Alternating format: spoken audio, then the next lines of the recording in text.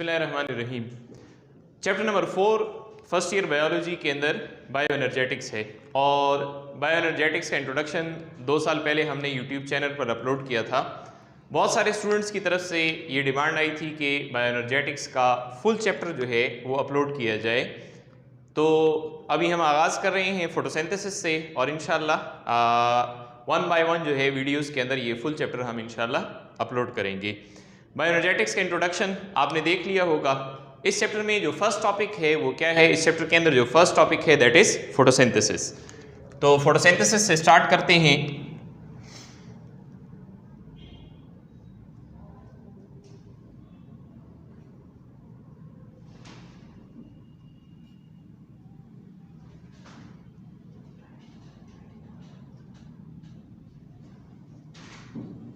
Photosynthesis, ठीक है।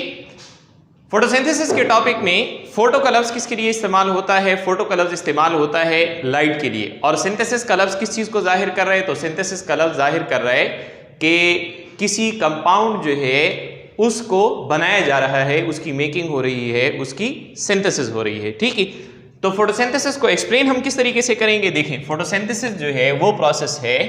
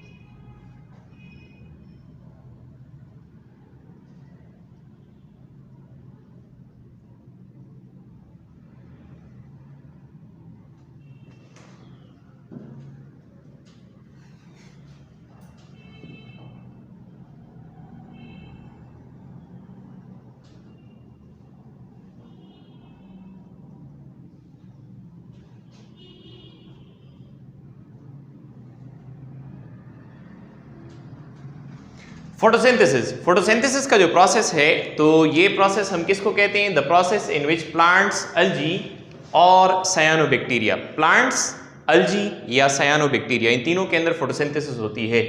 और ये क्या सिंथेसाइज करते हैं? दे सिंथेसाइज ग्लूकोज। ये ग्लूकोज की सिंथेसिस करते हैं यूजिंग सनलाइट एनर्जी। सनलाइट की एनर्जी को यूज करते हैं from simple raw materials of carbon dioxide and water. Carbon dioxide और वाटर के सिंपल रॉ मटेरियल्स जो है उससे क्या बनाते हैं? ग्लूकोज की सिंथेसिस करते हैं। तो रिएक्शन हम इसका किस तरीके से लिखेंगे? रिएक्शन हम कुछ इस तरीके से लिखते हैं कि देखें, 6 carbon dioxide molecules plus 12 water molecules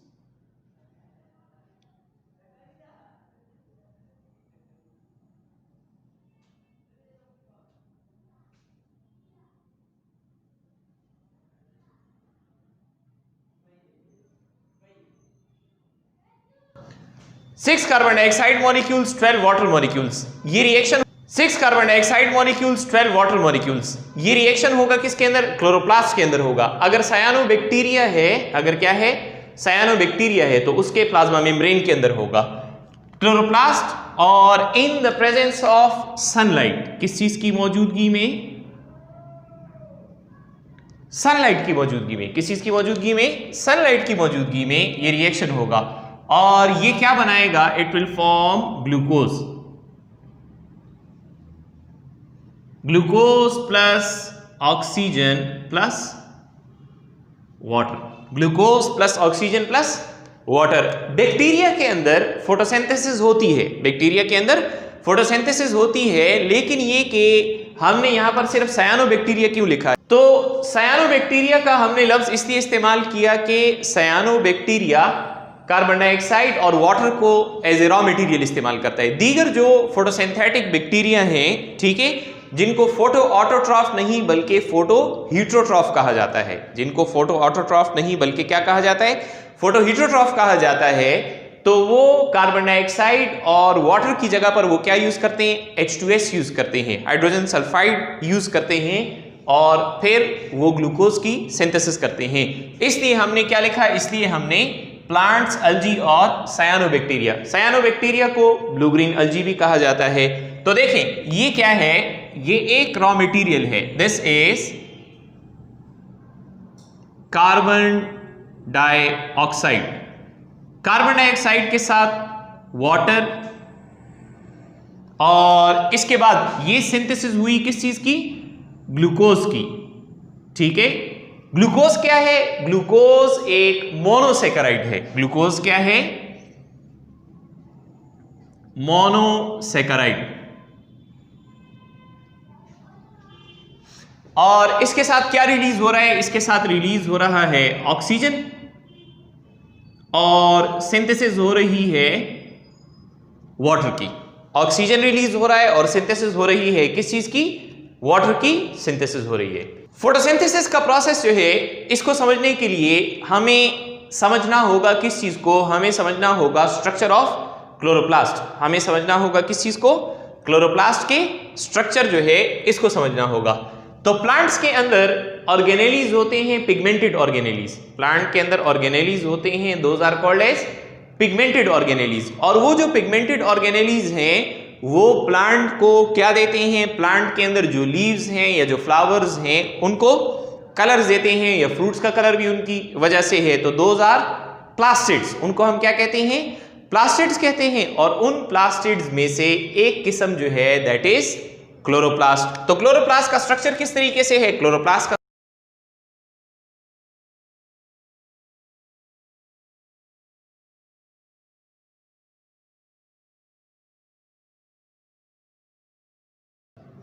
this is the structure of chloroplast. अब क्लोरोप्लास्ट ये एक डबल मेम्ब्रेनस ऑर्गेनेली है। क्लोरोप्लास्ट क्या है, एक डबल मेम्ब्रेनस ऑर्गेनेली है। तो इसका जो बाहर वाला पोर्शन है इसको हम क्या कहते हैं, this is called as envelope. इसको हम क्या कहते हैं,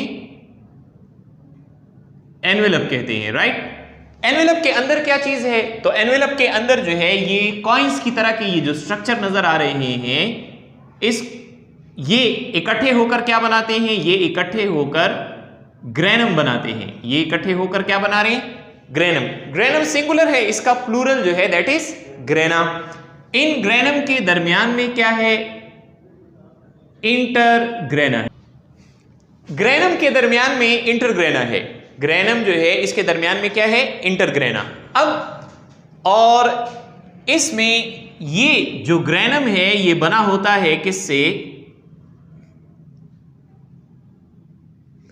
तो ग्रेनम बना होता है डिस्क लाइक स्ट्रक्चर से। And those disc like structures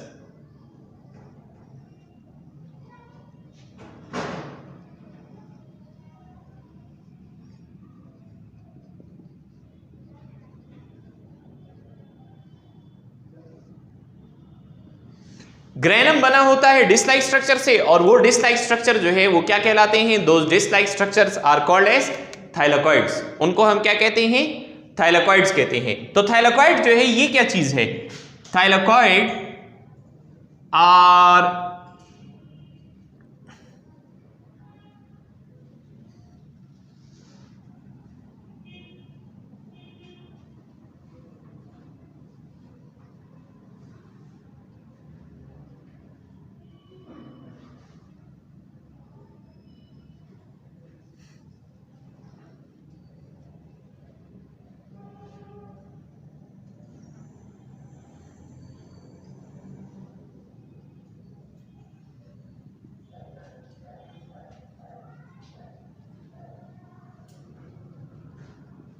thylakoid जो है ये fluid filled disc like membranous structures हैं विच है photosystem embedded in its membrane. यानी इसके मेम्ब्रेन के अंदर क्या है, तो इसके ये जो मेम्ब्रेन है इसके अंदर फोटोसिस्टम्स होते हैं। इसके अंदर क्या होते हैं, फोटोसिस्टम्स। तो थाइलाकॉइड या ग्रेनम असल में वो जगह है जहां पर क्या होता है, लाइट रिएक्शन होता है। थाइलाकॉइड या ग्रेनम वो जगह है जहां पर फोटोसिंथेसिस का पहला स्टेप होता है, and that is called as light reaction. Site for light reaction. This is site for light reaction. अच्छा, अब एक तरफ जो है एनवेलप, ग्रेनम, इंटरग्रेना। दूसरा जो क्लोरोप्लास्ट है तो इसके अंदर semi fluid gel like matrix होता है, वो फर्स्ट चैप्टर के अंदर हम स्टडी कर चुके हैं, that is called as stroma. उसको हम क्या कहते हैं?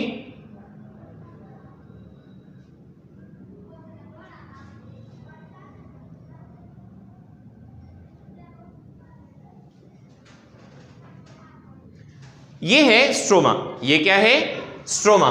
तो स्ट्रोमा जो है ये क्या है? Stroma is site for dark reaction. ये है साइट फॉर डार्क रिएक्शन। तो अब फोटोसिंथेसिस के कितने स्टेप हुए? फोटोसिंथेसिस के 2 स्टेप्स हैं मेनली। फोटोसिंथेसिस के स्टेप्स जो हैं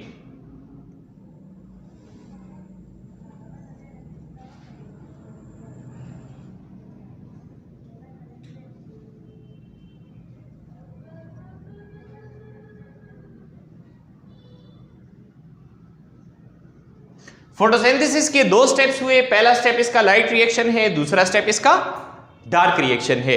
अब आते हैं इस क्लोरोप्लास्ट के स्ट्रक्चर के बाद किस चीज की तरफ? सनलाइट की तरफ आते हैं। किस चीज की तरफ आते हैं? सनलाइट जो है उसकी तरफ आते हैं, राइट। तो सनलाइट का जो रोल है उसको समझने के लिए हमें सनलाइट और सनलाइट से निकलने वाली जो रेज हैं उसको भी समझना होगा कि उनका रोल क्या है और कितनी % लाइट ये जमीन तक पहुंचती है, कितनी % लाइट जो है ये जमीन तक पहुंचती है, राइट। तो देखिए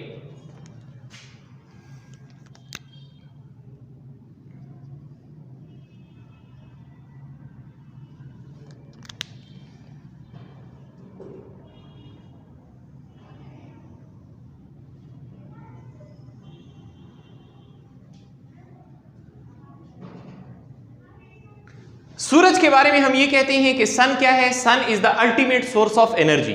सन क्या है? This is the ultimate source of energy. तो सन से मुख्तलिफ रेज निकलती हैं। सन से क्या होती हैं? मुख्तलिफ रेज निकलती हैं। अब सूरज से जो रोशनी निकल रही है, जैसे हमारे पहले लेक्चर के अंदर भी आपने नोट किया होगा कि सनलाइट से जो एनर्जी आ रही है, सनलाइट से जो क्या आ रही है? एनर्जी, तो वो क्या है? वो एक दिन के अंदर जो है billions and billions of calories की तादाद में है।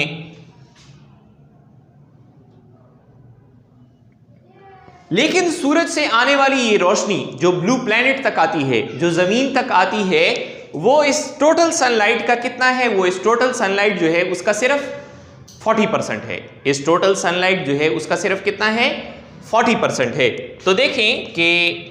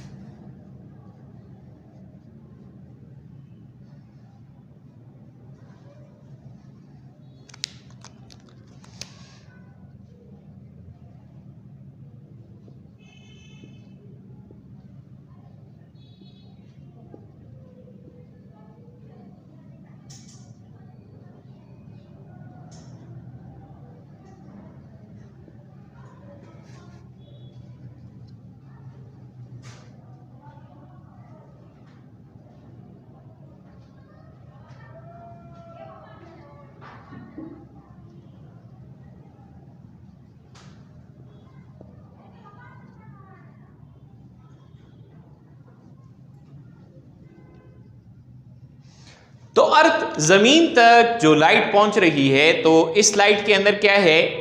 ये सूरज की रोशनी का कितना % है? 40% है। ये कितना है? 40% of total sunlight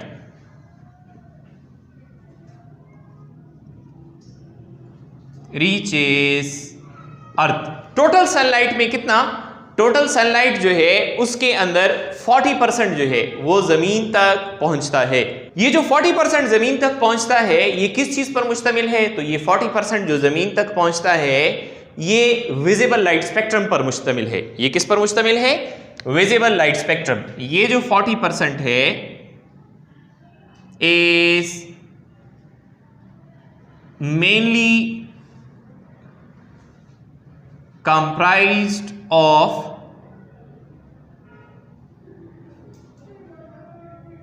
visible light spectrum,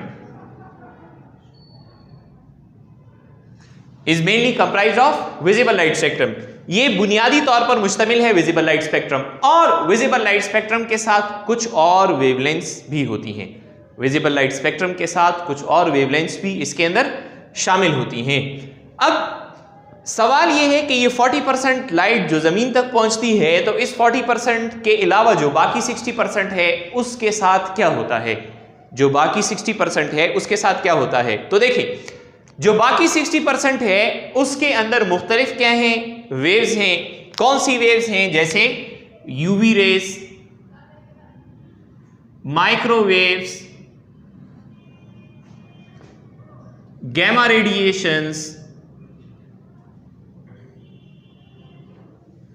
x rays, ठीक है, और मुख्तलिफ जो है रेज इसके अंदर मौजूद हैं। तो अब आप जानते होंगे कि सूरज और जमीन के दरमियान ऑक्सीजन की एक शक्ल जो है O3 which is called as ozone, उसकी एक लेयर मौजूद है।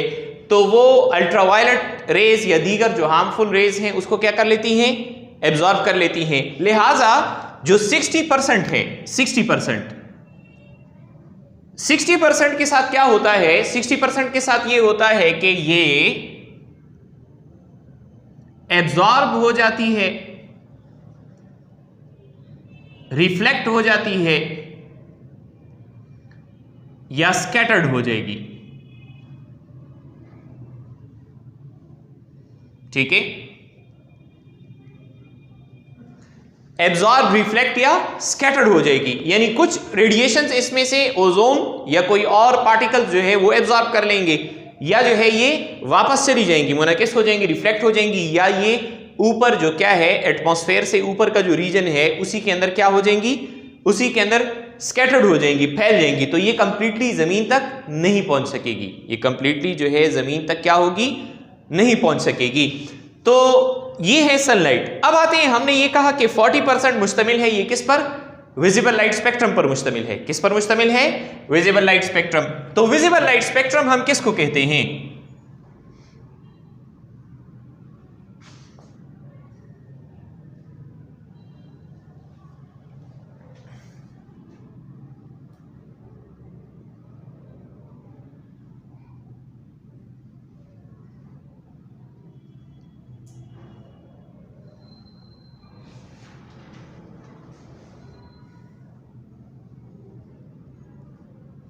Visible light spectrum. Visible light spectrum जो है ये मुश्तमिल होता है किस पर? ये उन वेवलेंथ्स पर मुश्तमिल है जिसको हमारी आंखें जो है क्या कर सकती हैं? डिटेक्ट कर सकती हैं, या to which human eyes are sensitive. तो विजिबल लाइट स्पेक्ट्रम हम कहते हैं are those wavelengths to which human eyes are sensitive। ये वो वेवलेंथ्स है जो कि ह्यूमन आईज जो है इसको क्या है? सेंसिटिव है। इसका मतलब क्या है कि ह्यूमन आईज के अंदर भी एक पिगमेंट है। ह्यूमन आईज के अंदर भी क्या है? एक पिगमेंट है जो कि क्या है? आप कह सकते हैं कि which is a derivative of vitamin A. ठीक है, तो दैट इज रेटिनॉल। वो क्या है? Retinol.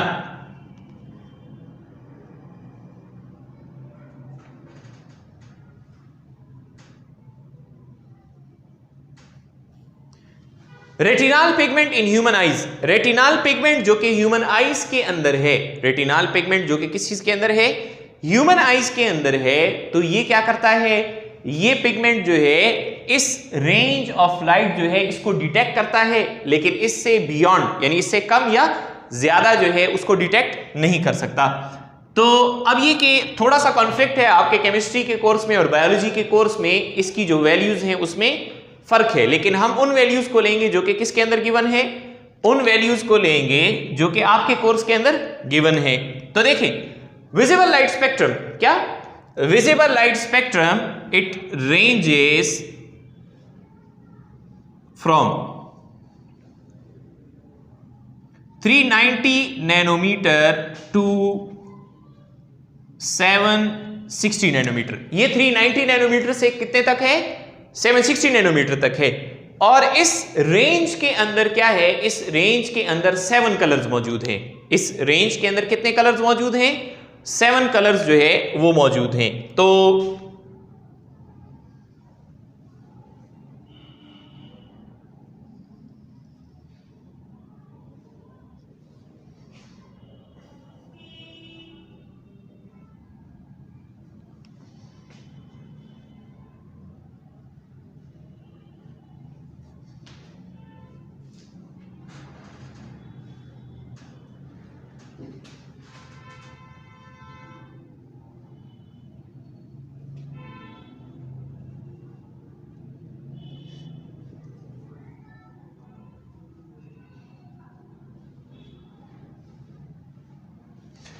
Violet, indigo, blue, green, yellow, orange, red. आसान याद करने के लिए आप इसको क्या याद कर सकते हैं? VIBGYOR. VIBGYOR, violet, indigo, blue, green, yellow, orange, red, ये 7 कलर्स हैं। ये क्या हैं?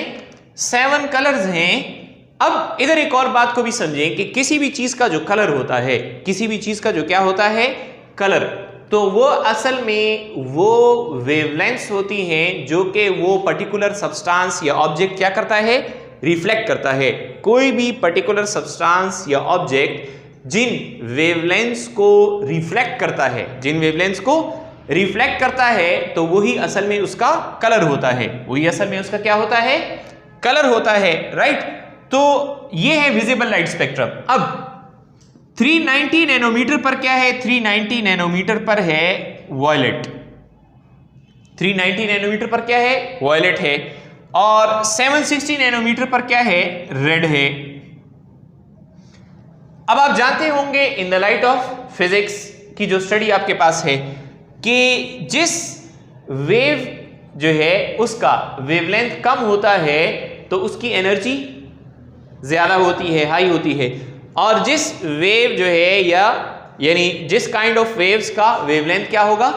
बड़ा होता है, तो उसकी एनर्जी निस्बतन कम होती है। अब फर्ज करें हम ये कहते हैं कि 390 नैनोमीटर से किसी वेव की वेवलेंथ क्या है? 390 से भी कम है, तो उसकी एनर्जी वॉयलेट वाली लाइट से भी क्या होगी? हाई होगी ना। वॉयलेट वाली से भी क्या होगी? हाई। तो हाई के लिए हम वर्ड यूज करते हैं अल्ट्रा का। हाई के लिए हम वर्ड यूज करते हैं किसका? अल्ट्रा। और वॉयलेट से भी उसकी एनर्जी हाई है, सो ये हो गया अल्ट्रा वॉयलेट। ये क्या हो गया? Ultraviolet. समझ आ गई है? तो अल्ट्रा वॉयलेट को अल्ट्रा वॉयलेट इसलिए कहते हैं कि इसकी जो एनर्जी है वो वॉयलेट से भी हाई है, या इसका जो वेवलेंथ है वो वॉयलेट से भी कम है। दूसरी तरफ आए, रेड है। अगर किसी वेव का वेवलेंथ जो है वो 760 से भी ज्यादा होगा, तो उसकी जो एनर्जी है वो रेड वाली लाइट से भी क्या होगी? कम होगी ना। तो कम के लिए हम इंफीरियर या इंफ्रा का वर्ड यूज करते हैं। कम के लिए हम किसका वर्ड यूज करते हैं? इंफीरियर या इंफ्रा। तो इंफ्रा और रेड से भी क्या है? रेड से भी उसकी एनर्जी कम है, लिहाजा ये हो गया इंफ्रा रेड हो गया। ये क्या हो गया? Infra red. अब ये विजिबल लाइट स्पेक्ट्रम जो है, ये तो हम कहते हैं कि ये और इसके साथ कुछ और वेवलेंथ्स, विजिबल लाइट स्पेक्ट्रम और इसके साथ कुछ और वेवलेंथ्स अर्थ, जमीन तक पहुंचती है। कहां तक पहुंचती हैं? जमीन जो है वहां तक ये पहुंचती हैं। समझ आ गई ये? तो अब इसमें प्लांट्स कितनी लाइट जो है वो एब्जॉर्ब करते हैं? प्लांट्स जो है इसके अंदर कितनी लाइट एब्जॉर्ब करते हैं? तो हमने डिस्कस ये किया कि थाइलाकॉइड के अंदर क्या है? फोटोसिस्टम्स हैं। और ये जो फोटोसिस्टम्स हैं, इन फोटोसिस्टम्स के अंदर क्या होता है? तो इन फोटोसिस्टम्स के अंदर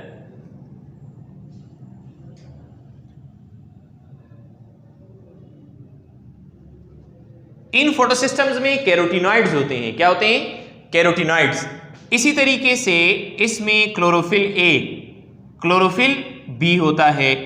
तो ये क्या करते हैं, ये इन वेवलेंथ्स को एब्जॉर्ब करते हैं, इन वेवलेंथ्स को क्या करते हैं, एब्जॉर्ब। लिहाजा विजिबल लाइट स्पेक्ट्रम के बाद अगला जो एक छोटा सा टॉपिक है वो किस चीज का है, वो है एब्जॉर्प्शन स्पेक्ट्रम का और एक्शन स्पेक्ट्रम का।